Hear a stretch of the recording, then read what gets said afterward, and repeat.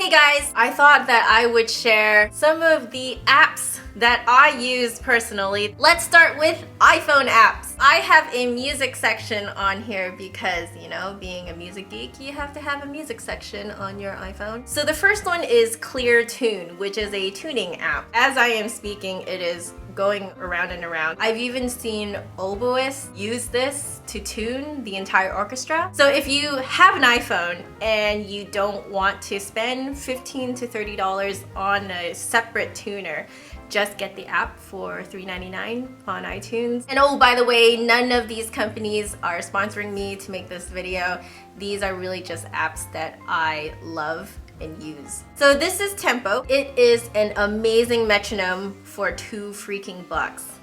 Like, how even? That's like another Starbucks drink. Again, normally a Korg metronome will go anywhere between $15 to $30. It is incredibly precise. You can go up and down by increments of 1. There are different meters, there's different note groupings, triplets, duplets. Also, this thing won't go off in the bus, quiet lectures. Basically, this is a whole lot less awkward than the actual physical metronomes. And now let's move on to Piano DX. I have not a single clue what DX stands for, but it's free.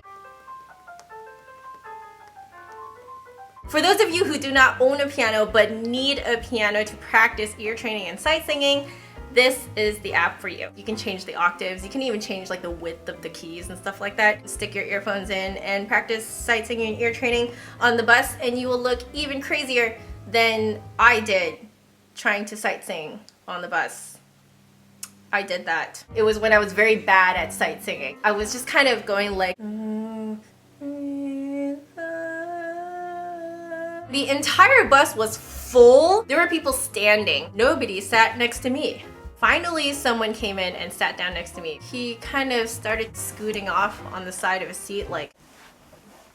Sight singing practicing stories. Do you guys have any of those? Alright, so now let's move on to apps for your MacBook. There are Windows and Mac versions of these apps, but I'm going to talk about it through a Mac point of view because I own a Mac. And I am gesturing here because my MacBook is actually here. Most of you should have heard of Spotify by now. Spotify is basically the radio and iTunes smashed into one. Now, if you get the free version and you don't do, I think it's like a monthly subscription or something like that, then you will get random ads playing between your songs. So if you sort of treat it like radio, then you won't have as much of an issue with it. They do have a pretty good selection of classical music, and I believe that selection is getting bigger and bigger as time goes on. You guys are watching this on YouTube, so I know you guys do this. We look up free recordings of music on YouTube. You know you do it. The quality on Spotify tends to be better than on YouTube as well. The second app on my Mac that I'm going to talk about is Audacity. Audio geeks will know this one because apparently it is as awesome as I thought it was when I randomly found it myself. Now, the reason why I went to go looking for this app in the first place was because I wanted a program where I could do more detailed edits of my own recordings. If you look at a lot of musicians' computers, most of us have Audacity on there. It was kind of like everyone was sort of like using it on their own before they realized everybody was using it because it's free and amazing. The third app that I want to talk about is MuseScore. Now, I actually don't know anybody who uses this app. It's really just me. It is a free music writing software, so kind of like Sibelius and Finale. If any of you watching who have more experience with Sibelius, with Finale, you guys can go and try MuseScore and let everyone know in the comments below what you think of it. These last two apps that I'm going to talk about are not actually directly music related, but I definitely feel that these apps are very, very useful for your career as a musician. I use GIMP, which stands for GNU Image Manipulation Program.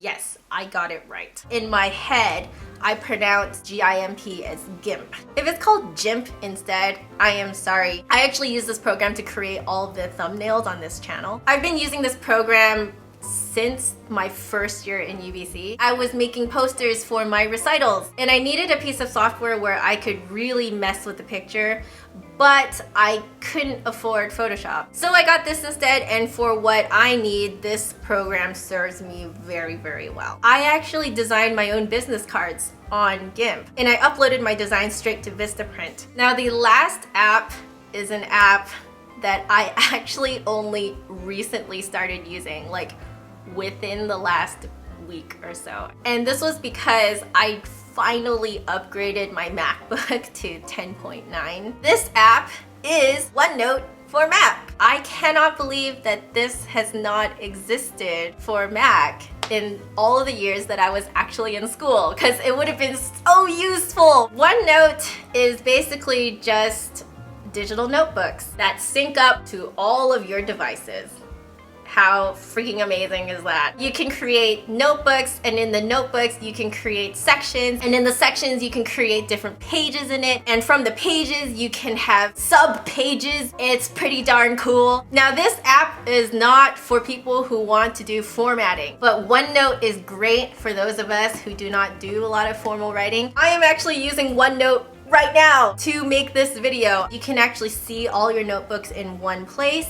You can see all of your sections in one place, and when you're in a section you can see all of the pages in that place. I actually used to lose all of my notes that I would take on Word because I would kind of misfile them in my computer. Like, I can't find them anymore, and then I would actually forget about the idea. This is also a great tool for teachers. I have just opened up a notebook for my students. Each section is one student. You can have different pages on their assignments, their etudes, repertoire, their exercises, little notes on what you want them to work on more, what competitions and stuff they're going for. So you can put all of that information into one place, and you can see all of your students. Best part is that it syncs up to all of your devices. If you don't bring your computer with you, doesn't matter. You can put all those notes into your phone and it'll magically show up on your computer at home. It's amazing. I wish I had this while I was in school, because you know what I would have done? I would have opened up a notebook for every single class and just be super organized. I am not an organized person, and OneNote makes me organized. It basically makes you feel like a responsible adult.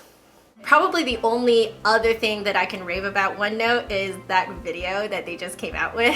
I was extremely amused by it. Good job, OneNote team. Let me know in the comments if you know of other really great free and or cheap apps for musicians to use. Share the cheap musician love. That did not sound right at all. Click up there to subscribe so you can catch my new videos coming out, and click over there for my last video. I kind of forgot how crappy my piccolo is. Head on over to my curious.com page for flute tutorials. I actually just uploaded a new video on there, flute embouchure for beginners. Give me a big thumbs up if you guys like this video, and I will see you guys in the next one. Bye.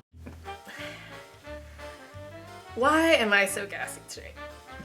Oh, wow. I am really gassy today. Wow. For the most part, I think I am really gassy today. Now, this was because I was making recitals for my posters. Nope, not making recitals for my posters. What the hell am I saying? Wow, I'm very derpy today.